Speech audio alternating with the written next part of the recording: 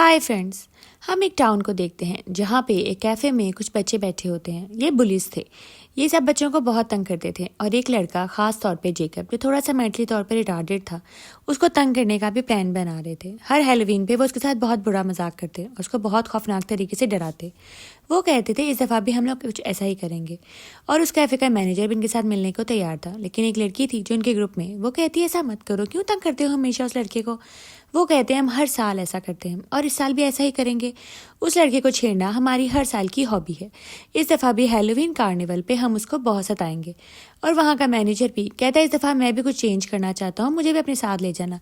मुझे भी वो लड़का बहुत बुरा लगता है। अब यहाँ हम जेकब को देखते हैं जो अपने घर में खामोशी से बैठा कॉर्न कैंडीज खा रहा था। वो थोड़ा सा मेंटली तौर पे रिटार्डेड था, थोड़ा स्लो था। अब यहाँ पर वो अपने काम के लिए निकल जाता है। कार्निवल के सर्कस में वो काम करता था।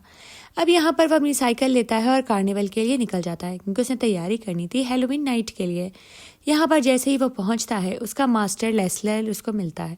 लेस्लर उसको प्यार से समझाता है कि इस दफ़ा हमने बहुत अच्छा सर्कस करना है, देख लेना सारे टाउन वाले लोग खुश हो जाएं और तुमने भी हमारा साथ देना है। इस दफ़ा तुमने हर लाइन अच्छे से याद करनी है और अच्छे से पार्टिसिपेट करना है। जेकब कहता है ठीक है। वहाँ पे मार्क आ जाता है और उसको बुली करने लगता है, लेकिन इस दफ़ा जेकब उससे तंग नहीं होता। वो उसे जवाब देता है और पीछे दिखा देता है, जिसकी वजह से माँ को बहुत गुस्सा आता है और वो उसको मारने पीटने लगता है। वो जेकब को बहुत बुरी तरीके से मारता है। वहाँ उसकी दोस्त उसको देख लेती है जो उनको मना करने आई थी, लेकिन ये लोग उसको बहुत बुरी तरीके से मारते हैं। शायद वो मर गया था।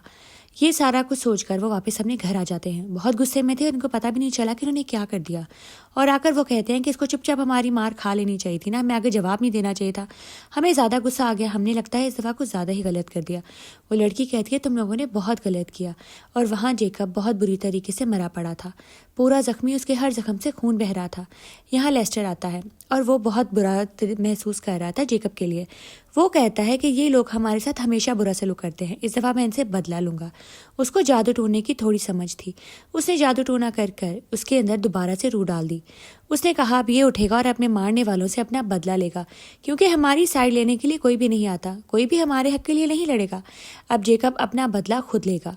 अब यहाँ पे डिटेक्टिव के पास उस लड़की के जाती है और उसको बताती है कि एक लड़के जेकब को इन सब लड़कों ने मिलकर मार दिया है, मैंने अपनी आंखों से देखा है। और यहाँ पर वो डिटेक्टिव सारे लड़कों के नाम भी पूछ लेता है। वो लड़की सबके नाम बताती है और वहाँ से चली जाती है। अब यहाँ शेरिफ घर आते हैं और हम देखते हैं कि मार्क शेरिफ का बेटा है।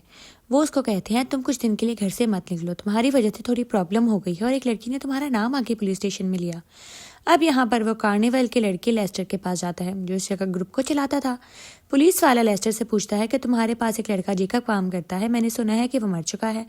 लेकिन लेस्टर कहता है नहीं, उसको कुछ लड़कों ने मारा था, वो जख्मी ज़रूर हुआ था लेकिन मरा नहीं है। वो ठीक है, मैंने उसको घर भेजा है आराम करने के लिए, उसकी मरहम पट्टी करवा दी थी डॉक्टर से। आप परेशान मत हो, वो बिल्कुल ठीक है और वो अपना बदला खुद ही ले लेगा। अब यहाँ डिटेक्टिव उसके घर जाते हैं, क्योंकि उनको पता चल चुका था कि जेकब जिंदा है या नहीं, वो जाकर देखना चाह रहे थे। और यहाँ इनको छुपकर कोई देख रहा था, घर में तो कोई मौजूद नहीं था।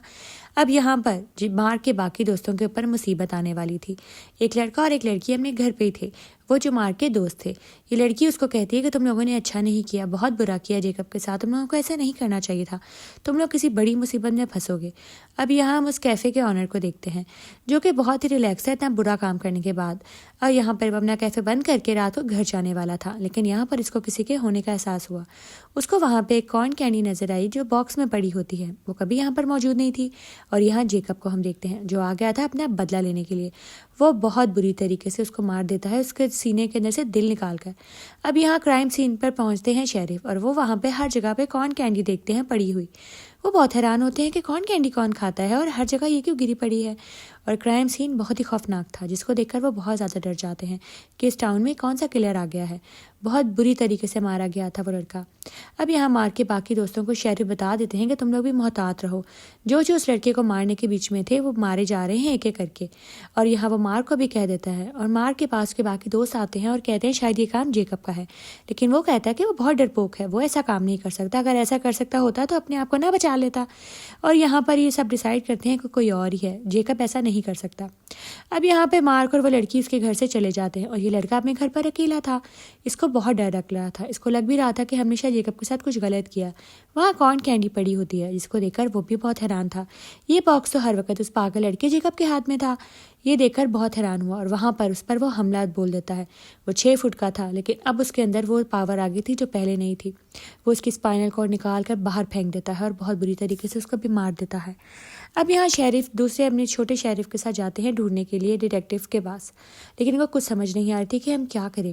और यहाँ वो लेस्टर के पास वापस आते हैं, उसी सर्कस के ऑनर के पास, और आके पूछते हैं कि जेकब ये सब कुछ कर रहा है ना, क्योंकि और कोई भी नहीं हो सकता उसके अलावा, और हमें मिल भी नहीं रहा।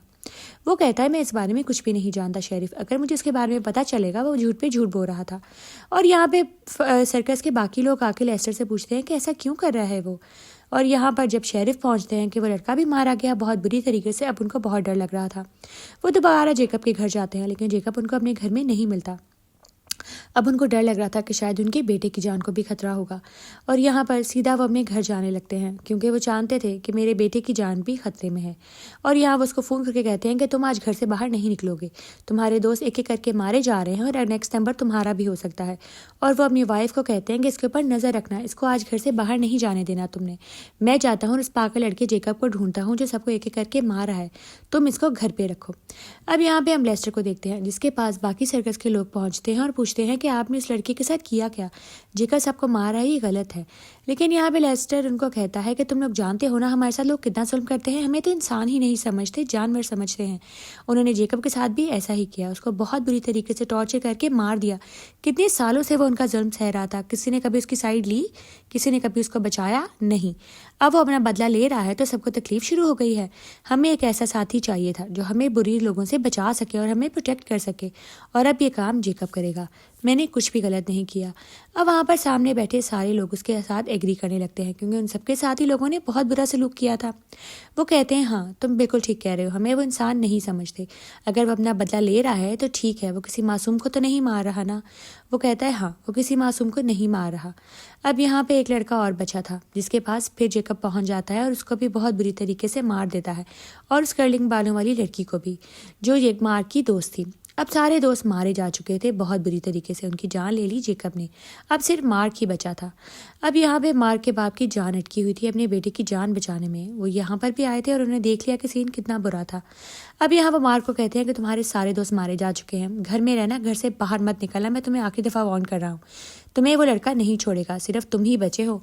जान जाओ मेरी बात, दोबारा ऐसी हरकत मत करना जिस काम से मैं मना करूँ। दोस्तों की मौत का सुनकर उसको बहुत बुरा लगता है और बहुत सदमा लगता है। उसको बहुत गुस्सा आता है कि मैं जेकब को नहीं छोड़ूंगा, और वो उसको मारने के लिए गाड़ी पर निकल जाता है। रास्ते में एक आदमी उसको मना भी करता है, जिसको उसके बाप ने भेजा था, लेकिन वो उसकी बात नहीं मानता और वहाँ से निकल जाता है। अब यहाँ पे शेरिफ घर पहुँचता है तो वहाँ पे सामने लेस्टर बैठा था। वो उसके सामने ही उसको कहता है कि तुम्हारे बेटे को हम नहीं छोड़ेंगे, और उसके बेटे को पकड़ कर ले जाते हैं और यहाँ पर उसको भी मार देते हैं। अब जैसे ही वो अपने बाप की गाड़ी देखता है, वो समझता है कि मेरा बाप शायद मुझे बचाने के लिए आ गया। वो वहाँ पे कार्निवल पर ही मौजूद था, लेकिन जब वो देखता है कि गाड़ी के ऊपर उसके बाप का कटा हुआ सर पड़ा है, तो वो उसको देख के रोने लगता है, क्योंकि उन्होंने उसके बाप को तो पहले ही मार दिया था। वो एक बहुत ही बुरा शेरिफ था और किसी मजलूम का साथ नहीं देता था। अब यहाँ हम देखते हैं जेकब को, जो अपना बदला लेने के लिए मार्क के पास आ रहा था। मार्क भी इसको देखकर उसके ऊपर हमला करने की कोशिश करता है, लेकिन यहाँ पर जेकब उस पर भारी पड़ जाता है और उसको बहुत ब्रूटली मार देता है।